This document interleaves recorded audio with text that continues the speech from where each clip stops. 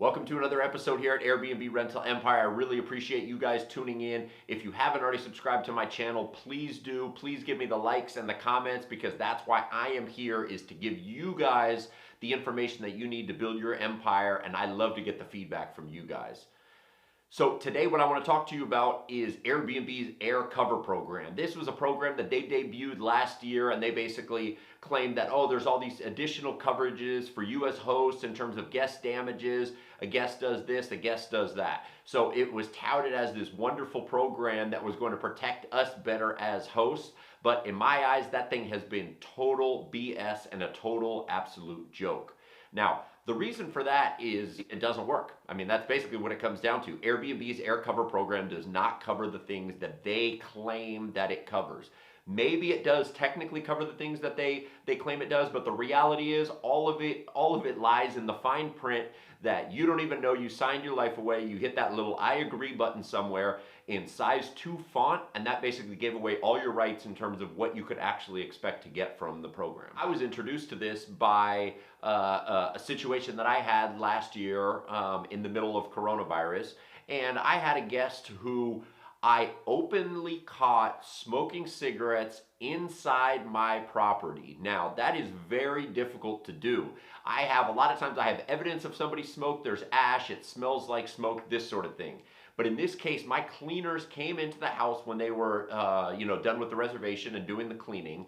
They said the house smelled like smoke. So I said, okay, let me see what evidence I have and let me see what I can do to corroborate this story. So lo and behold, I checked my Blink camera, which is over the front door area. So it covers the front door so I can see the people that are coming and going.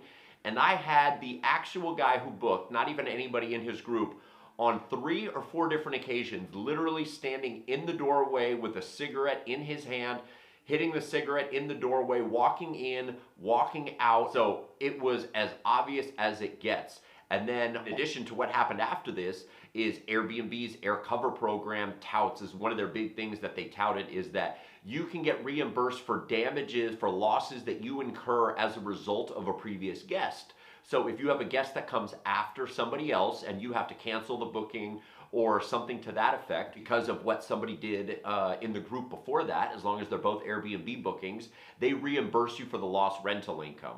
And so what exactly happened in this case? My next group checked in. It was a booking for around $2,000 or something like that. I don't remember the exact number of nights they were staying. They check in, they hang out in the house right away. They send me a message and say that the house smells like smoke, but no big deal, basically no big deal.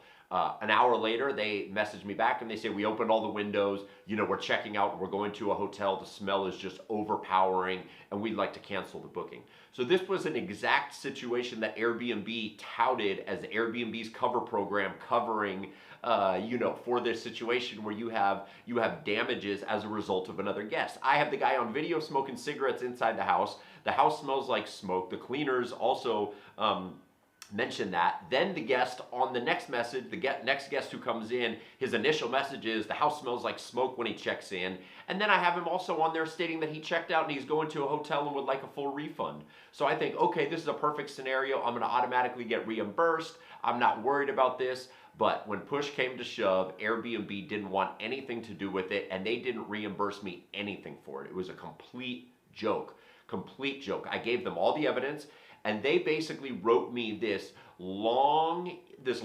message, which was literally illegible. It was like somebody just went into a thesaurus and pulled together words that sort of sounded like they made sense, but you could not even, Robert Shapiro or the best attorney in the world would not even be able to read that and understand what it was that they said I was not entitled to be reimbursed for the lost rental income.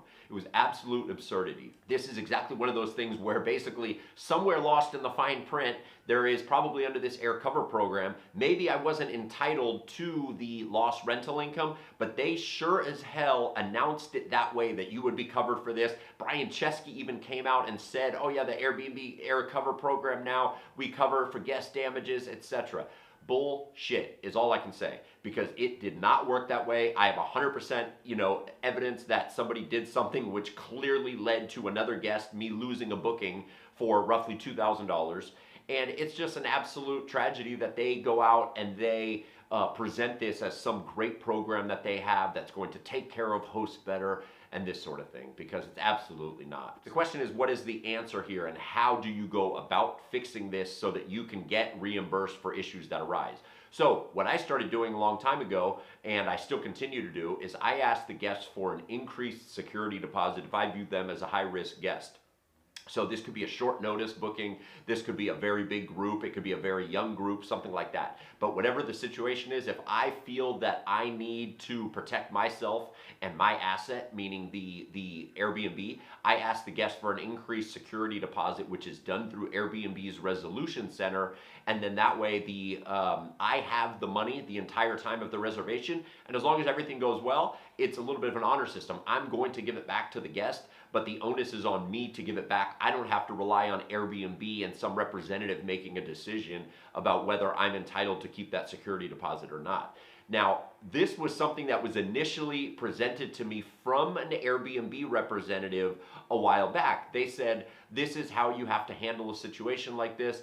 If you want an increased security deposit, you have to do it through the resolution center. So I said, okay, that's fine if I want to do it that way, because I was asking actually people, I forgot exactly how we were doing it. I think we were increasing the nightly rate, but it was clearly for the increased security deposit. And then one of the representatives said, no, you can do that, but you have to do it through the resolution center so that it's transparent what it's for. I said, fine.